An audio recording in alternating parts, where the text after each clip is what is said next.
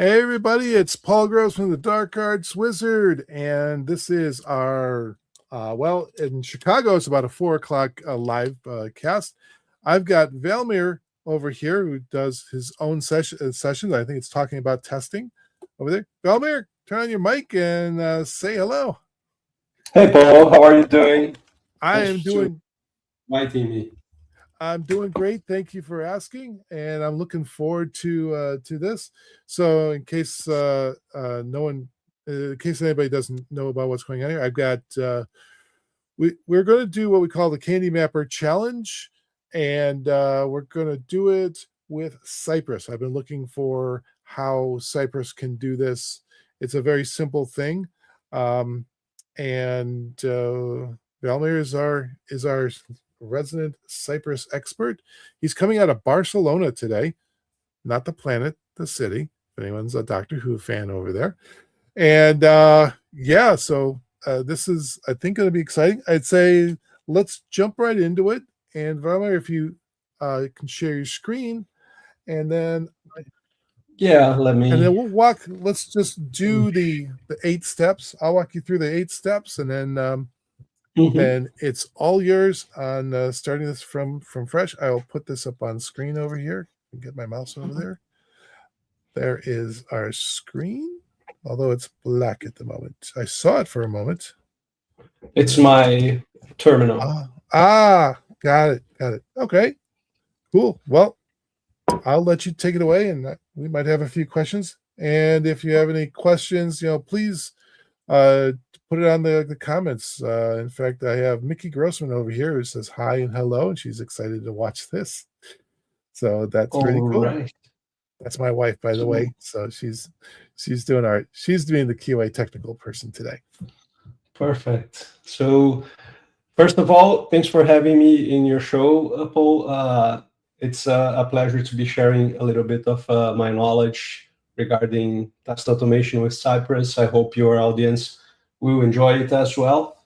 So as far as I understood, the Candymapper challenge is about accessing this candymapper.com page here, closing this pop-up, scrolling down to the contact us form. Then I should fill my name, try to submit the form, check that this message here has appeared, that the valid email address should be typed in. And then if I type a valid email, not that is a valid email, but the valid email format, and I submit, it takes a while, and then I see this success message that you're gonna get back to me in 48 years, which is quite a while. I'm not even sure if I'm gonna be here. So I hope so.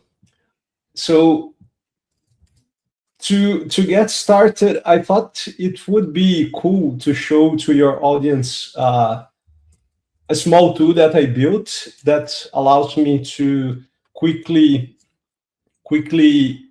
bootstrap a Cypress project. So I have a shell script called sci.sh that I can simply give a name to a project. So I'm gonna give it sci.candymapper.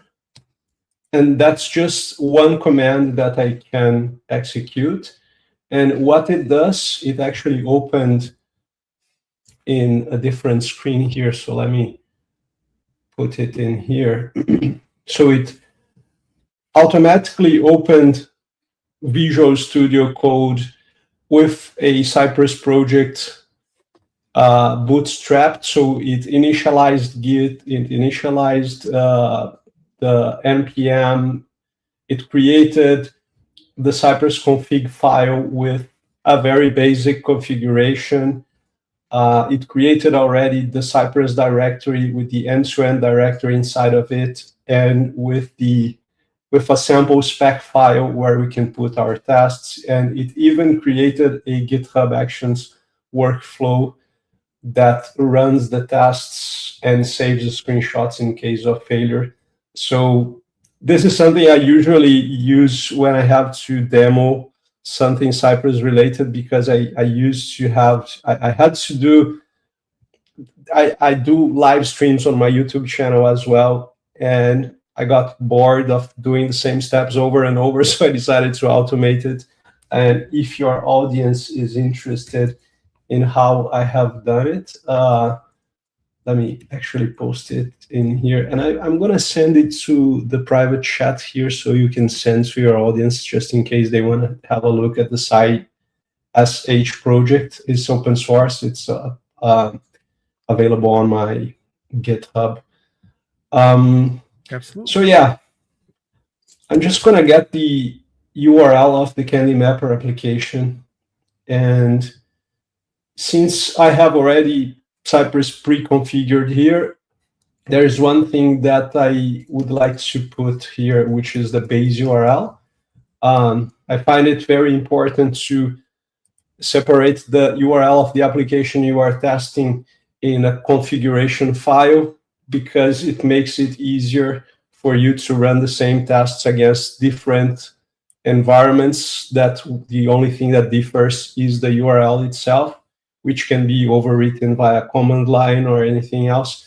So I usually put the base URL in the config file, and with the base URL already in the config file, what I can do is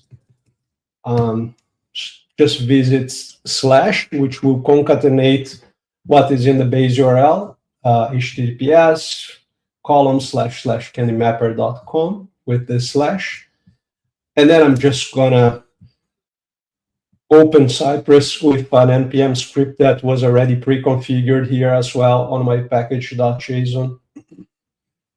So I'm just gonna run it, and it opened in a different window as well. So just put it here, and if I run the test, I'm already visiting the page, right? Nice. So that's the first step.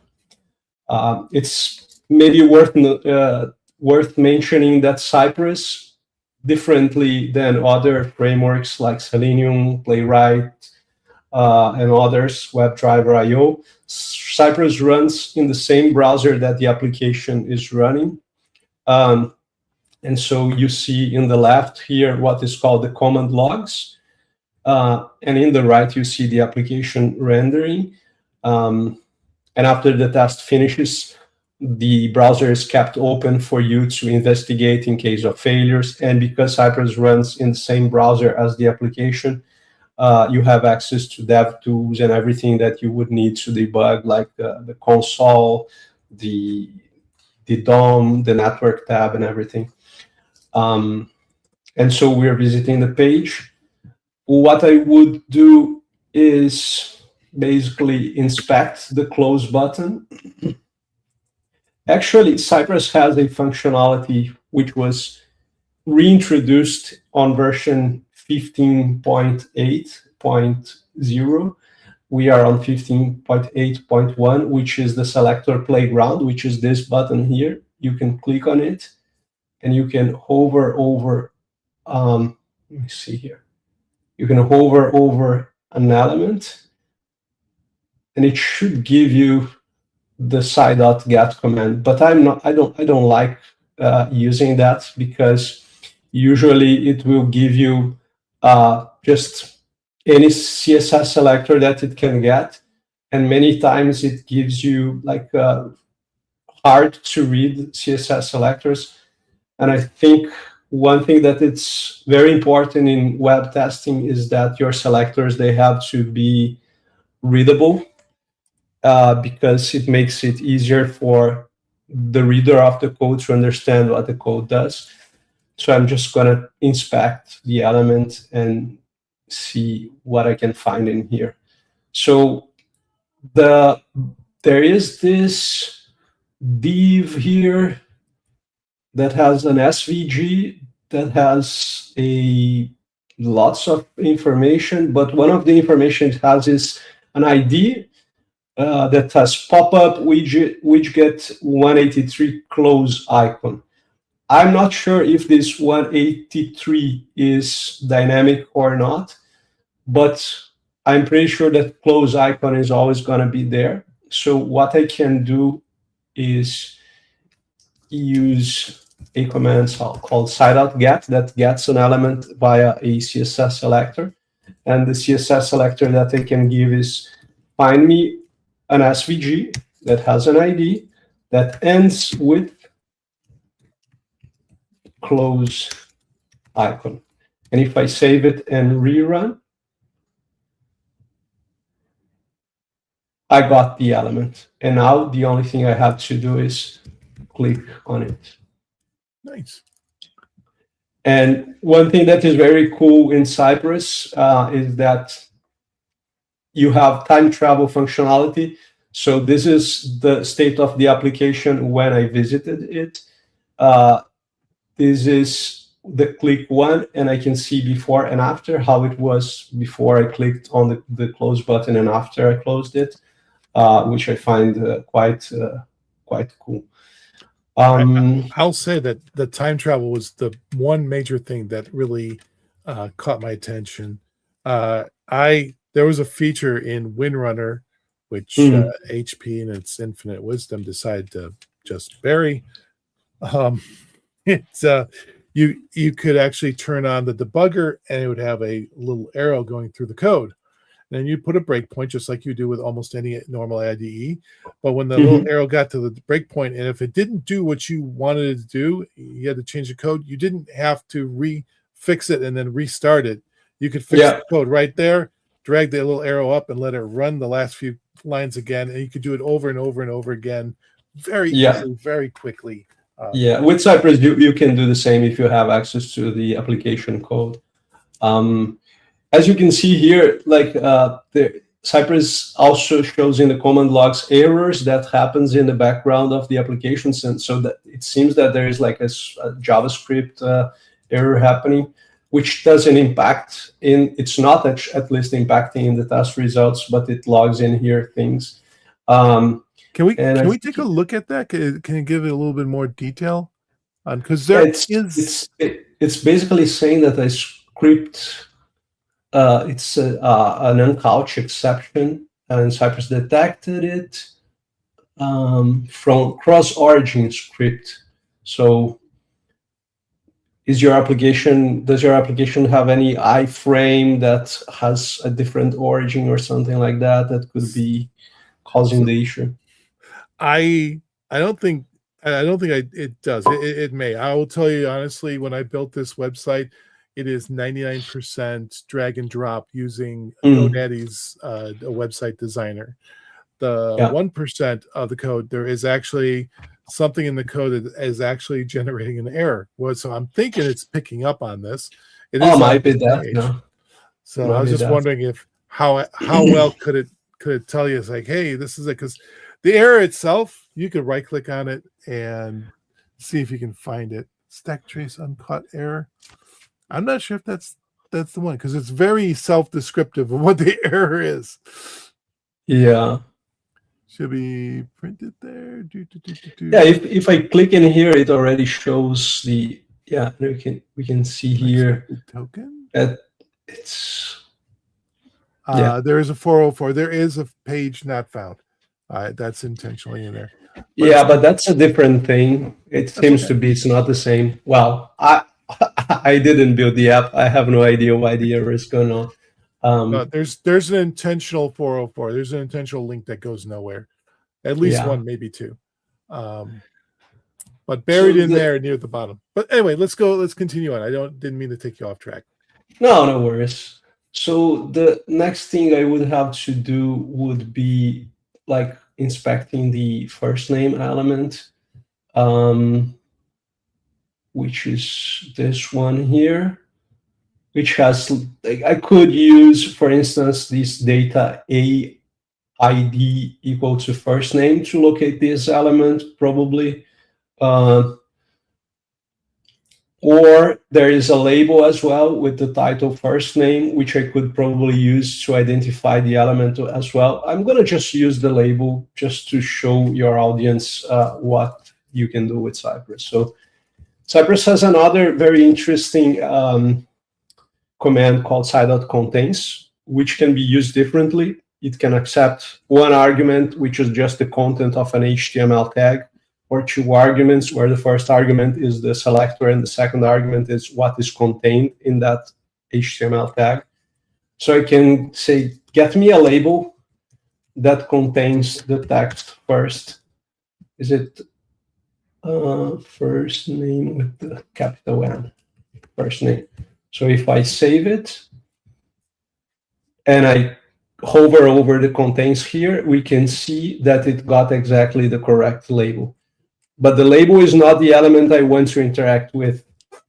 But what I noticed from the DOM is that there is the input and then the label, which means that the previous element from the label is exactly the input. And Cypress has a nice feature called prev, which goes to the previous element from a specific element. So if I run this and I get the prev, then I am getting exactly, it highlights here the exact input. So I'm just gonna change a type and I'm gonna type Walmyr, for example. Nice. This is something I actually noticed while I was testing your application before. So here it's saying that the element, ensure the element does not have an attribute name disabled. It seems, oh, this is actually a different error. I mean, we just rerun it. Now it was able to type it in. So it seems that when I tried to type, the element was still disabled or something. Don't know. So now, as you can see here, when I said type, this is before and after. And sometimes Cypress gets a bit lost with the snapshots here. But as you can see here, yeah, it's happening again. Element does not have attribute name disabled. So one thing that I did to make it work was when I was testing the application was actually, I got the previous element and I gave it an alias, which I'm going to just call first name. Okay. And then I'm going to get now the first name through the alias using the @ sign and using the side.get, not the side.contains.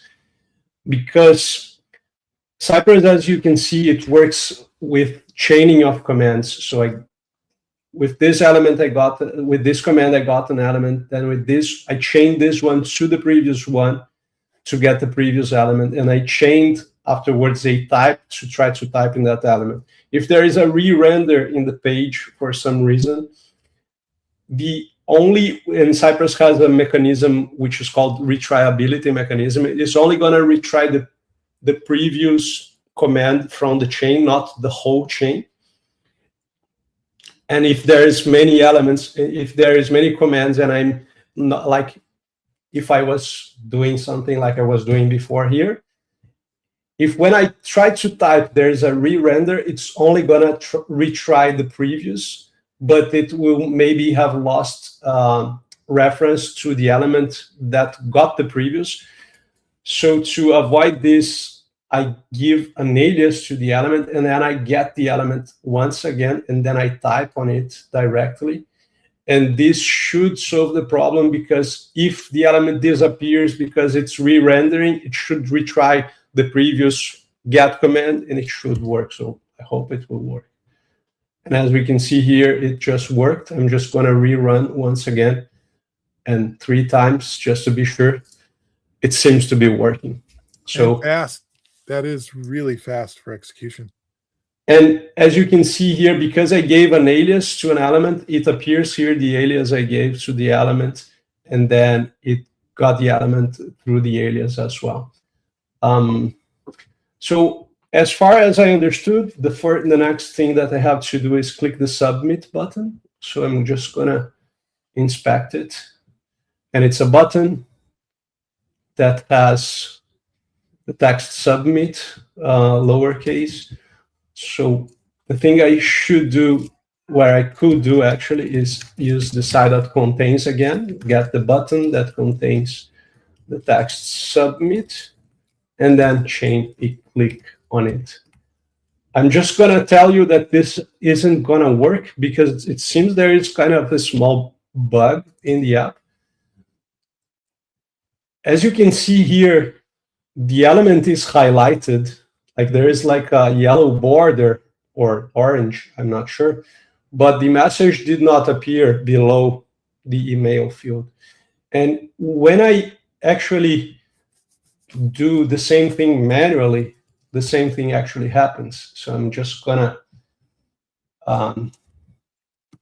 access it in here. Let me just get it to this screen here. So if I go to the form and I reload and I click the submit, I'm clicking the submit. After a few seconds, the click was really triggered, and then please enter your email appeared. My hypothesis, and I have no idea if this is what is going on, I tried many different things to avoid using a bad practice, which is what I'm going to have to use in the end. But I couldn't find a way to solve the issue, to identify if the on-click handler has been attached to the button so that I can click on the button. The button is already visible and enabled from the start. Still, if I click on it, it doesn't trigger the form submission. So you did a demo of that just a moment ago, right? That you could manually click on that and it doesn't. Exactly, yeah. I am. If I reload, well, now I have to scroll down here. But if I am already here, I reload and I click. I'm clicking. Now it appeared here after like 10 clicks. Wow. Then, or I didn't count, but a few clicks, then this form submission actually happened. So the only way I found to solve this issue, which I'm gonna say, do not do this unless you really have to do it. That's something else I do. It's a hard-coded weight that you're about to do there. Yeah, exactly. This is like, I highly disencourage my students and my audience and all my listeners to do this kind of thing. But since I have no control over the application I'm testing, I'm gonna have to do it, I'm just gonna wait, for example, for 3,000 milliseconds. Actually, before I click.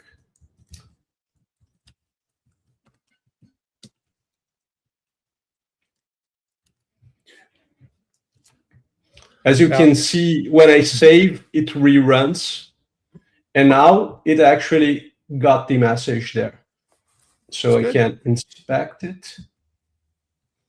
I can inspect it. And I see it's a paragraph with the text, please enter a valid email address.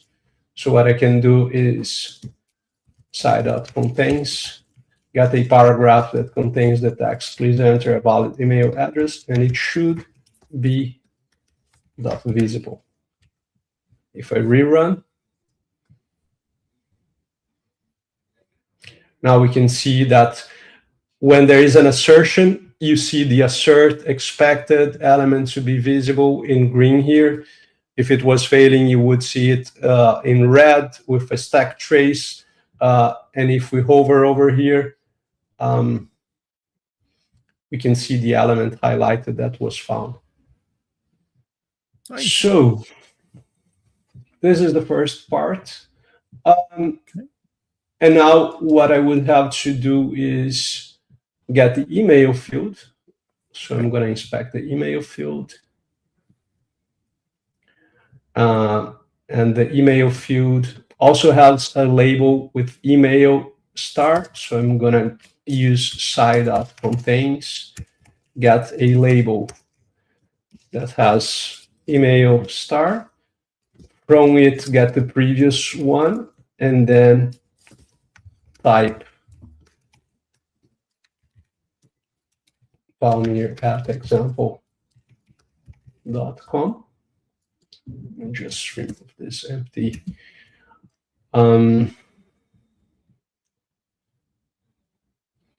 So as we can see here, my email was typed. So what I can do now is basically probably click again the button. Okay.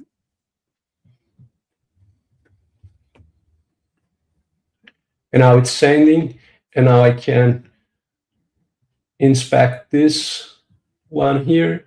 And you mentioned that you wanted to check just the end of the message, not the whole message, right? So just from "we'll get back to you within 48 years. Yep.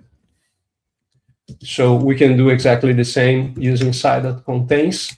Contains, as the name suggests, only looks for a text that is contained in an element, which would be the similar to the includes in JavaScript.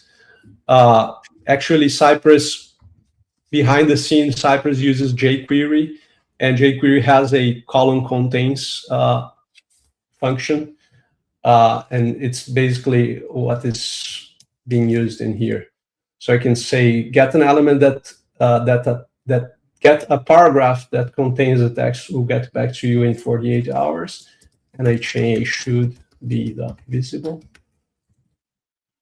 Oh, actually, I just noticed that I'm adding all of this in the before each hook, and what I wanted to be in the before each hook actually was just visiting the page and clicking closing the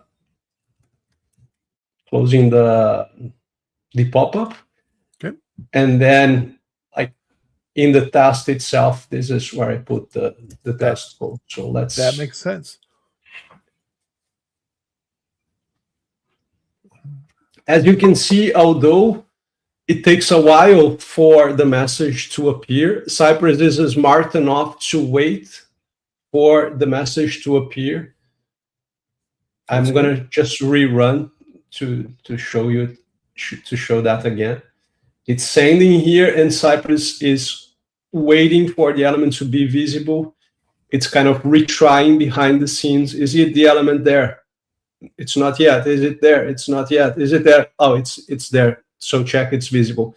If it passes 4 seconds, which is the default timeout, then Cypress would fail, saying I couldn't find the element with the selector. Blah. After 4,000 milliseconds, Cypress errors, they're usually very descriptive. But there's one other thing that I wanted to show your audience, which I think it would be a nice addition, because I think now we have everything done as part of the challenge. But there's one interesting feature in Cypress which I would like to show your audience. I'm just going to inspect the page here, and I'm going to go to application and go to Candymapper. And I noticed that there is this cookie that is set when I click here. Yep. And it has this name, warm widgets pop-up closed with a random ID with the value true.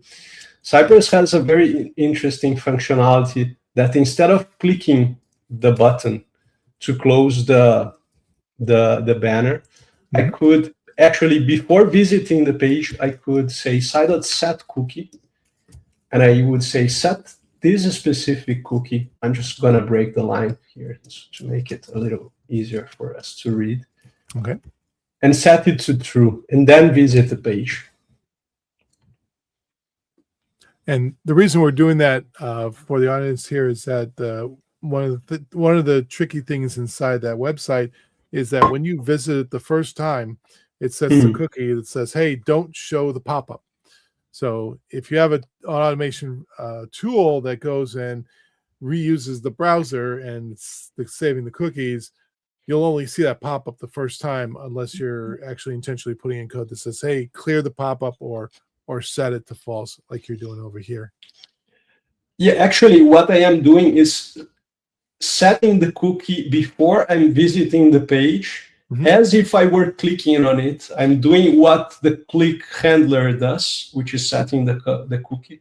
And it's interesting that you mentioned that. There are frameworks that use the browser and don't clean it up before it starts. And Cypress cleans the local storage, the session storage, the cookies, and everything before it starts, using a functionality called test isolation, which ensures that every time the tests run, they run in a clean state. But as you can see here, when I visited the page using the time travel functionality, I don't see the cookie because I set the cookie before I visited the page programmatically. Oh. Yeah. So I think you're doing the opposite, is that you're ensuring that the pop-up does not appear first. Does not appear, exactly, which saves me a click, basically. Yeah, absolutely. And one thing that I wanted to mention as well, if you allow me, before the live, I was actually reading the cookie. So I'm just gonna comment this, and I'm gonna uncomment this, but I'm gonna pause before I click before I close the cookie banner.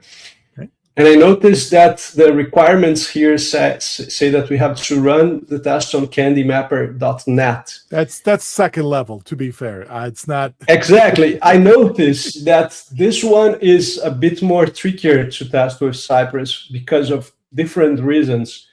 One of them is that when you try to submit the form, it actually shows you a reCAPTCHA. So this is already an automation issue, that it's not meant to be automated. It's in an iframe in a different origin, which Cypress has some limitations with, regarding to that.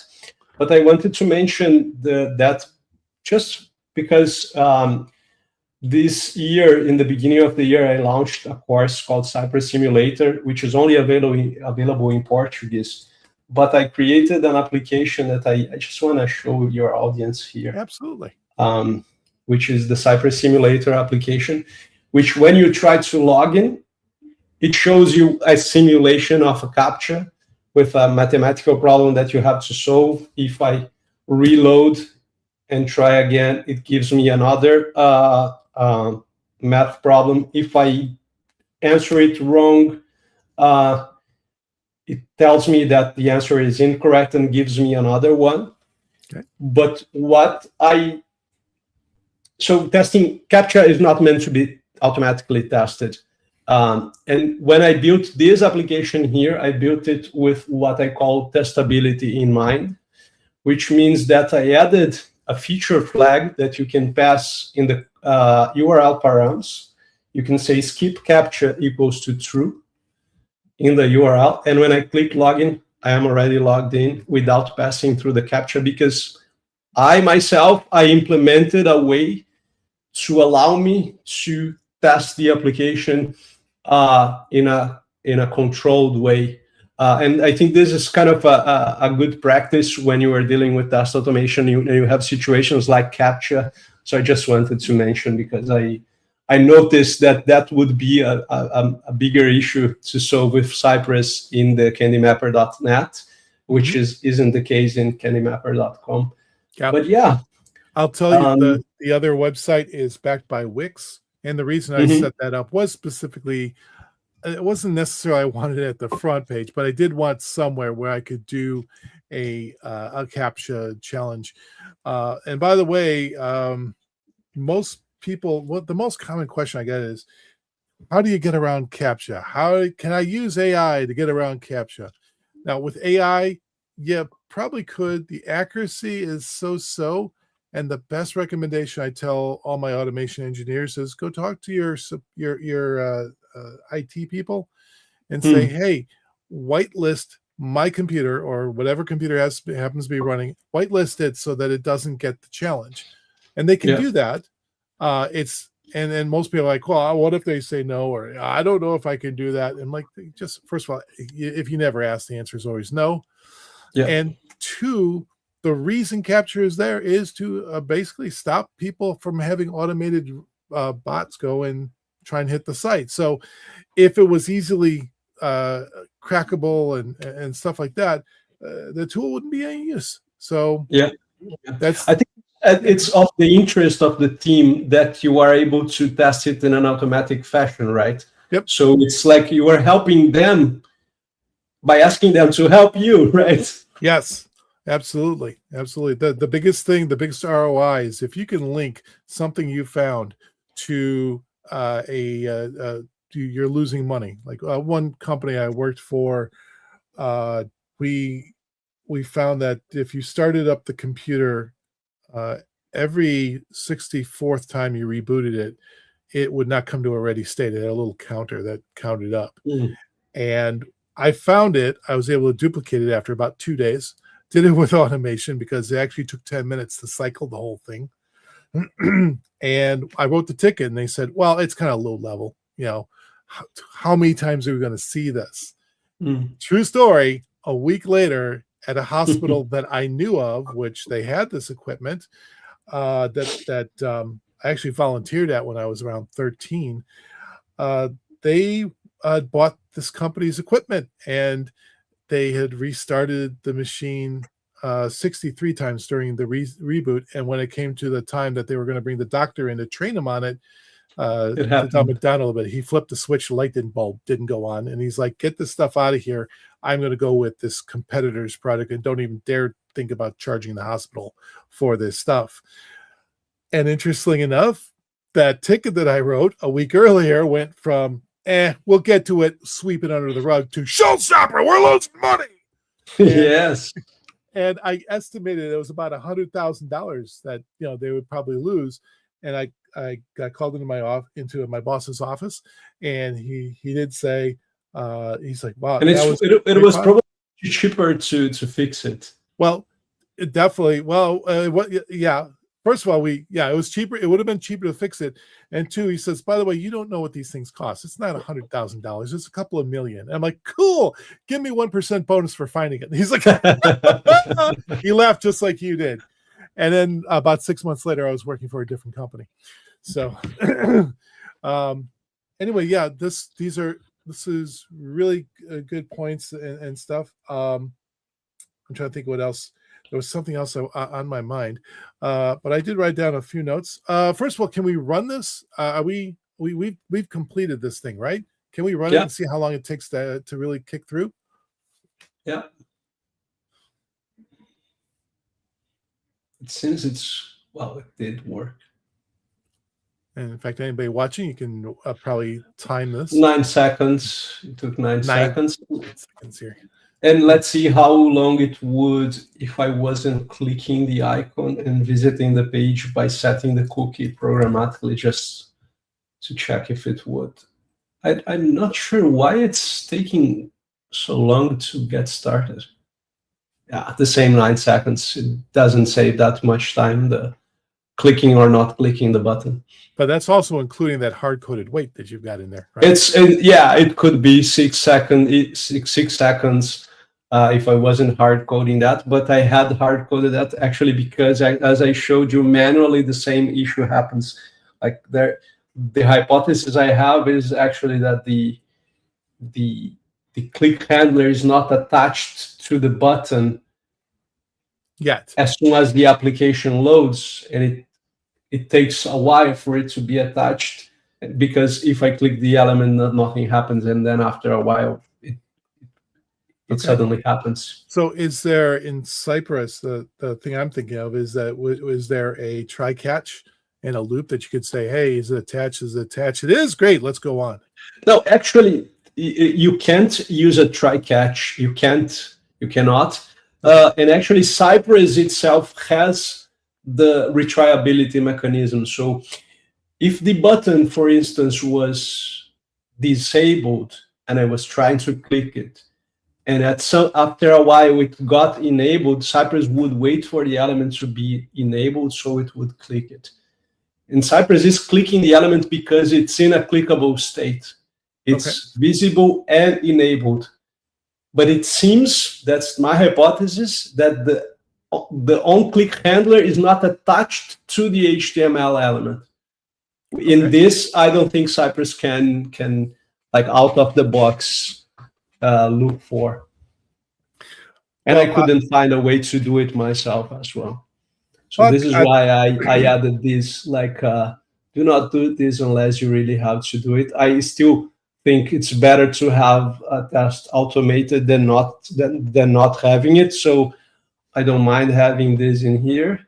But if you can find a different way so you don't hard code, because what if 3,000 milliseconds it's not enough, right? well, I do have another way that I do this, and we might be able to maybe code it on the fly, or in fact, we might use AI to kind of do this. So in my book, one of the things I did is I wrote a custom page sync method, and I embedded it into my custom click method, my click wrapper. And basically, before it does a click, what it does is it will count the number of elements on the screen, but not all the screen, not all the elements. Like, select all from all the elements.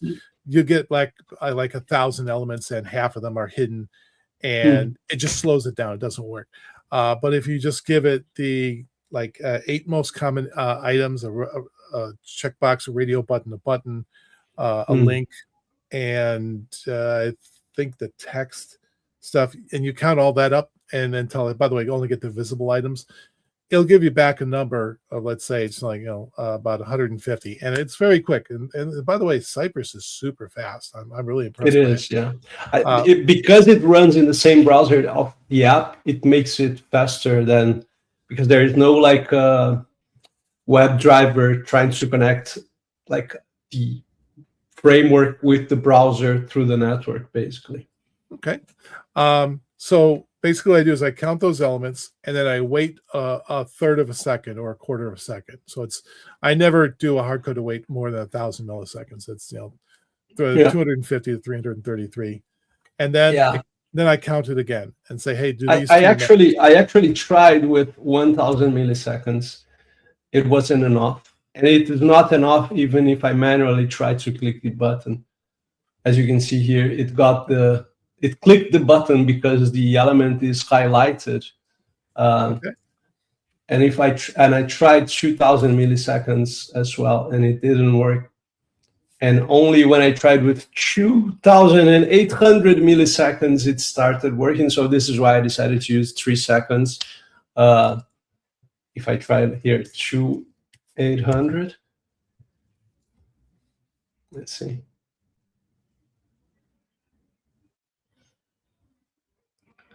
Then I got it. But yeah, but like Cypress already, as I said, Cypress automatically already waits for the elements to be in the page in a clickable or visible state.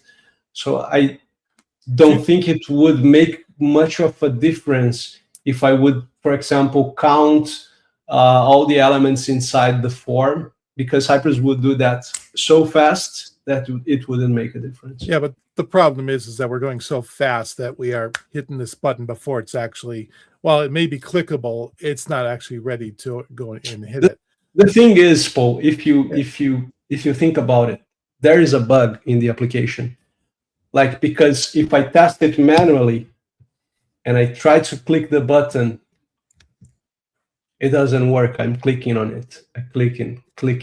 After the 4th click, it worked, which means there is a bug in the application. Okay. And I don't want a test to not... The correct way actually would be not having this and having the test failing, telling me your button is enabled, it's visible, and when I click on it, nothing happens. There is a bug.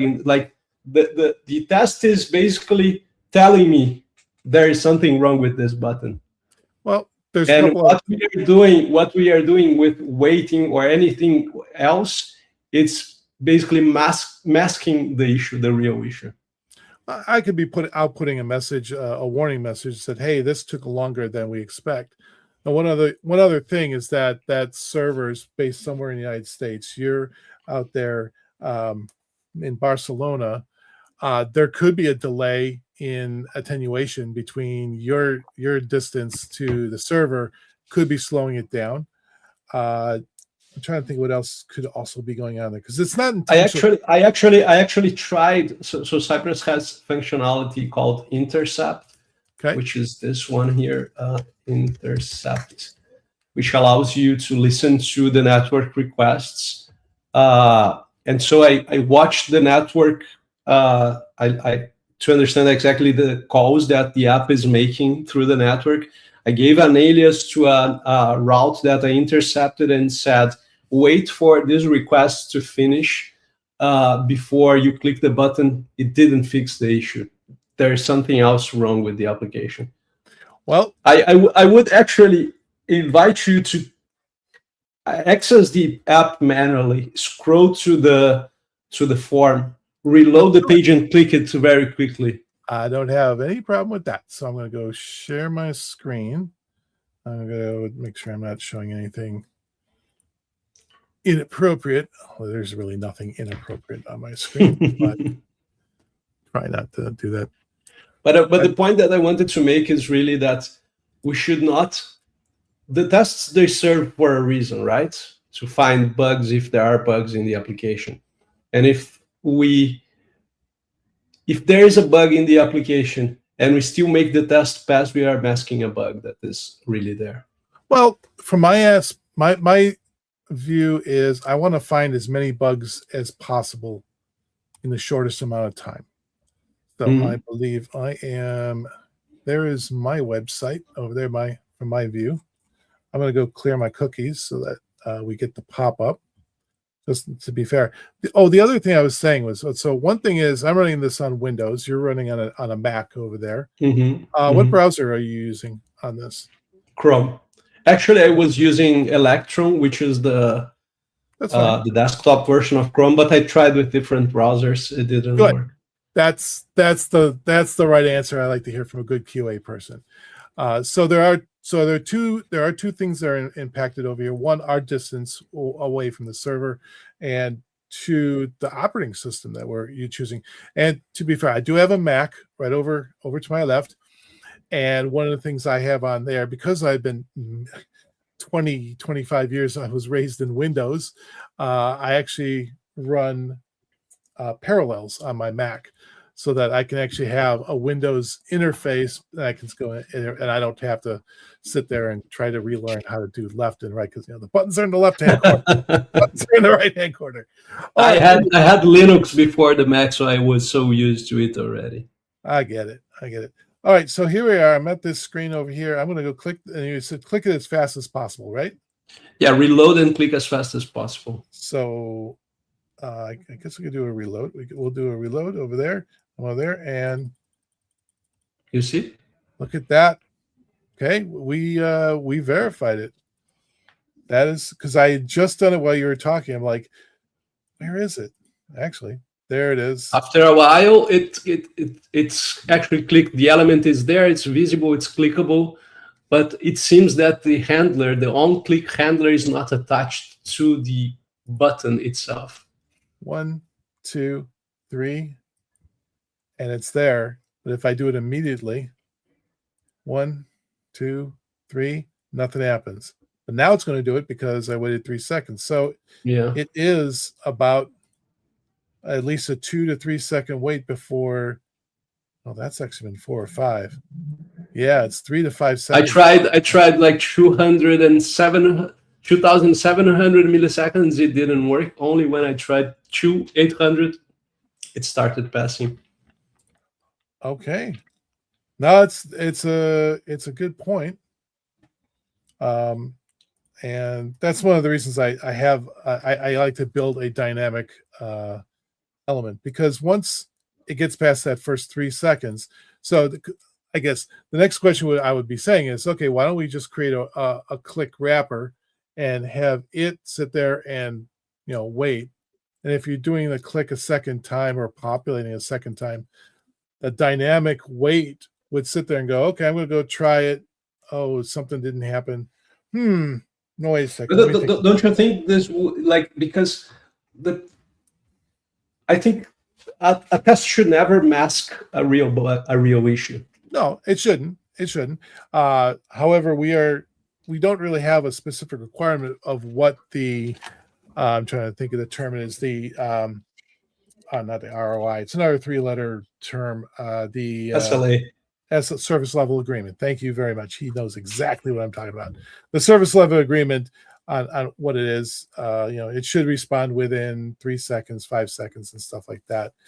Yeah, I definitely also but from the user experience point of view, I would want it to be as fast as possible. I understand, but if it's going so fast and it's going faster than a human can do, then there's not much point in that. It's and for a human, I think it would never happen, because just the time from you to scrolling down, so filling the form, it would already take more time. So it's not like a big issue for a human. But there is an issue. That's just the point I wanted to make. I'll agree with you on that, but it does lead to one of my other questions, which is by default, a validation assertion in Cypress, is it a hard assert or a soft assert? And what do you mean? Sure. So for other users, so a hard assert means the very first error I find, I stop, we're out, forget it. I don't care about validating anything else. If I have a test that says, hey, validate this one, and this is it's a hard stop. It stops in the first thing that it finds. So can you do a soft assert where it says, okay, the first one's wrong, check the second, check the third, check the fourth, and count up how many things were actually wrong? I think you brought a really good point, which I forgot to mention about it, but I wanted to. So you want to show let's think. I can show you. Yeah. Let me just share my screen once again here. I'll put you up there. There we go. So if you think about it, we have two different scenarios here. Okay. One is that we want to ensure that if I try to submit the form without filling a mandatory field, which in this case is the email field, I see an error. And the other scenario is that I can successfully submit the form. So it's actually two different tests. I would instead, if I wanted to test these two different things, I would create two different tests. One for the error scenario and another one for the success scenario. And so it wouldn't matter if there was an error in the first one, because the second test would still execute. It's only the next step of the same test that wouldn't run. So I would still find other bugs because I would have other scenarios. And this is something that I think it's very important. Like from my point of view, a test should test one specific scenario at a time. What do you think about it? That sounds it's fair. Sounds good. One thing I didn't mention, I really didn't give you an opportunity to talk a little bit about yourself when we first started this, Walmyr. But I do know you're a developer and then you went into QA. Am I correct on that? You started on No, I actually am a QA, which became a QA developer. Let's say. Okay. Yeah. Fair enough. I've been doing manual. I've been doing QA for more than 20 years. I started in 2004. And I did manual testing for almost 10 years, got bored of doing the same thing over and over, and started learning automation to get rid of the manual testing that I had to do the same thing that I did yesterday, today. But then I kind of got passionate about coding and solving problems through algorithms.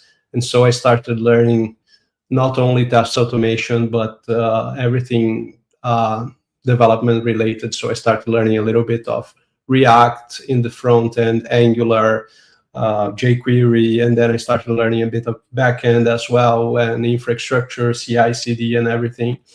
So coding for me, it's kind of a hobby. But yeah, I have never, I actually was a developer for a very short amount of time, but I've been doing quality assurance related work for the majority of my career.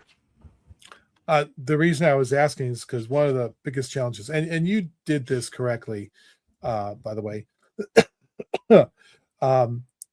If I can't replicate something that the automation tool is picking up on, if I can't replicate it manually, my developers go, "Hey, nothing.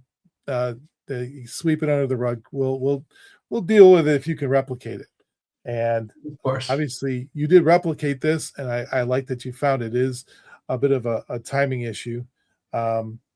So I kind of like this.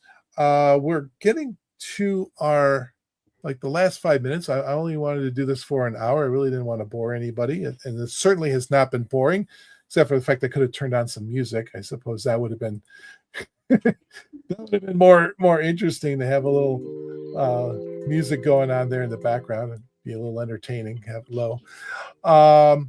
So I let's see. I asked the questions over the soft. Oh, can it do a soft assert? Could Cypress actually do a soft assert saying, "Hey, yeah, this failed, but I'm going to go continue on to do other validation"? No. Okay. What's the other one? Yeah, I would love to work on coming up with a solution on that hard coded weight. And I would love to see how to do a function where we could parameterize this, bring a string in, and pass Let me tell you one thing. Let me tell you one thing. We won't have time to do that, but still, in my opinion, a test should be as simple as possible, and it should never mask an issue. So if we are doing something like what you would be suggesting, we would be masking a real issue that is in there. Still, if we wanted to mask the issue just to get around it, what I think we would come up with would be complexity, which is something that I always avoid, because we would probably have to create some kind of function that, like, if you would look to the test, you would have just a function called click the submit button when it's ready. But if you would look into the function definition, you would see a for loop or a while, and you would see an if condition and something else, which is, in my opinion, complexity. And software development should be about avoiding complexity as much as possible, especially when we are talking about testing stuff, where the test should simulate what a user does. You should read a test script as if it was synchronous, like get the label first name, go to the previous element and type on it, get the button and click on it, check that does this work. You shouldn't be like looping through things and doing conditionals and this kind of things in a test. So I think it would add complexity, which is something that I always try to avoid. Yeah, and I agree with that. And one of the other things I do is I try to do a accomplice page without a page object model. And in fact, I don't even see much of a page object model in here. That does. In Cypress, I usually do, like most of the things that I do it inline, because I think the Cypress API is quite easy to understand and to read. Yeah. And if you would need to abstract things away, like things that you would want to abstract, like login process, you would have many tests that would have to go through the login page, for instance. Yep. Cypress has it's not here in this project because I created it very basically. Yep. But I am overwriting the support file configuration to false. By default, it's true. And when it's true, it's actually, there is another folder here called support. I can actually make it, if you don't mind taking a little bit more time, we can do it in here. Support. So when you start a Cypress project, it will start with the end-to-end support and fixtures folder. In the support folder, it will have a file called end-to-end.js, and it will have a file called commands.js. The end-to-end.js will be basically importing the commands. Okay. And the commands is where you can create your custom commands. So you can use cypress.commands.add, and you can create a command that could be, for example, let's see here. Click or enter or validate. I was thinking of saying something like login. Like this, for example, fill the email and submit. So I'm going to say fill email and submit. And it's a function, and it does this. And then in here, what I could do is say call side of fill email and submit. And if I retry here, and I click the spec file, let's rerun. What is going on?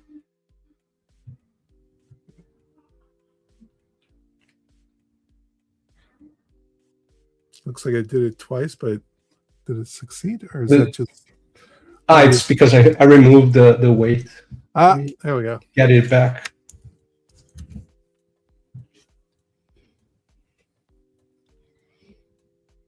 But as you can see, it filled in the email here with my email. It's unhighlight here. It filled in.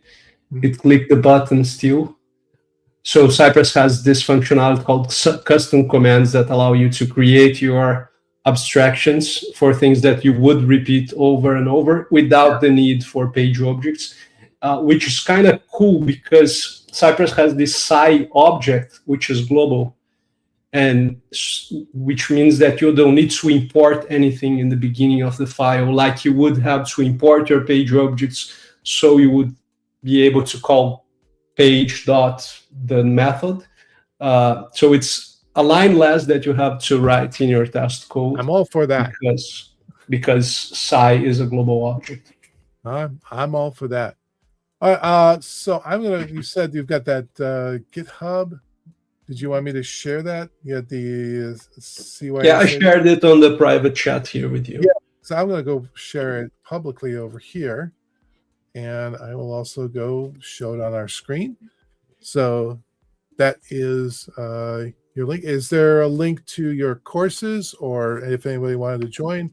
I think you said, oh, I know what it was. You said you have an English version of some of your courses. Let me go. I'm going to send you here my website. My website is in Portuguese.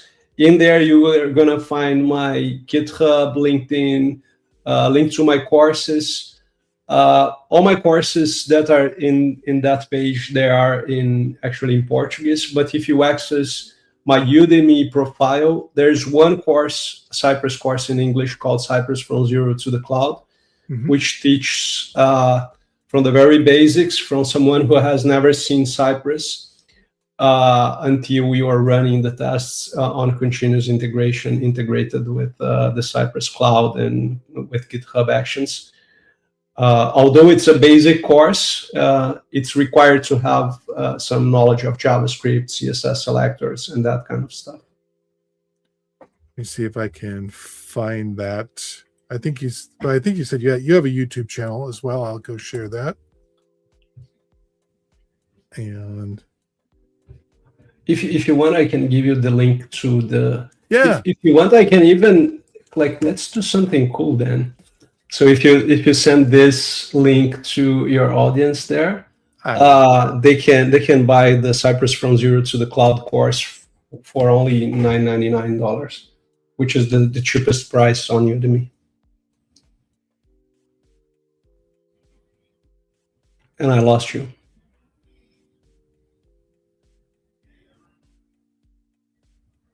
Paul. I'm sorry, I hit the wrong button. But I will put that up there. I kept streaming, so cool. Probably just made a small user error. Here is the. I will go show it over here. So you can find it over there. Nice discount for Cypress. It's valid for the next 5 days. Awesome. I will promote this video for the next 5 days. Great. it was a absolute pleasure to talk to you, Walmyr. And Likewise. we should get together again. Maybe do this. Yeah, for sure. I want to have you in my YouTube channel as well. Awesome. I will jump on that. And oh, give me I don't think did you send the YouTube channel? Let's get that in there too. So in my website walmyr.dev, there's a link to my YouTube channel just in the header. So anyone accessing my website can have access to. Let me. And I think it even links already to the playlist with English content. Let's see. Share screen. I'm going to go share this one more time. I'll do it from here. I want that one there. You'll share this guy. I'll go make this nice and wide. And I'm sharing my live date. Yeah, it's probably. Let's see. Let's go jump over there. I'm going to go jump to that. Let's try this one more time. I'm going to go do this. All right. Drag this away so I can keep it up on my screen here for a moment. All right. We can add it. There's our discount. $10, $69.99. Man, I hate to rip you off that badly, but dude, he's really it's really good at everything he does. And Velma, I'm going to go grab those and take a shot at it. I'll go add that to my cart. I may actually have we'll see if I've got advanced access to it. But you said that your YouTube channel is listed somewhere here. Yes. And there we are. No, that's bought together. Where's that YouTube channel? Hey guys, want to know more about me? Visit my website. Oh, dude. Where is it? I think you're. Oh, wait. I'm sorry. You're muted. My bad. I'm sorry. I just send you in the private chat. It's youtube.com/@talkingabout.testing. All right. Let me go grab that, and then we'll wrap this up for today. Okay. And then for your audience, there's a playlist called English Content, where there's just English content, as the name suggests, but most of the content that I created on my YouTube channel is in Portuguese because I'm Brazilian and my audience is in Brazil. But there is at least like a 25 or 28 content in English in the channel. Oh, I saw it the other day. Let me try that again. First of all, I'm subscribed. Let's do that. And let's see if I can find English. Can I do it over here? Talking about this English content right there. And I'm going to go over to that. This is our link. And we heard him talking of it. Did I lose you again? No, I did not. I see we're still going, and I'm going to go punch this up over here as well. I'm going to go take this off the screen. We'll do a send over here. And now that is just jumping to me. I want to go. Oh, that's private. Never mind. I'll fix this. I get nervous when I'm the producer and the guy running it. It gets a little crazy over here. Okay, there's the YouTube channel. I'll have that in the comments below, so check that out. And with this, we went about 10 minutes over, but again, I thank you very much. I think every time you want to come back, I would love to do this again. Thanks again, Paul. Have a good evening. You too, Valerie. Take care. Cheers. Bye.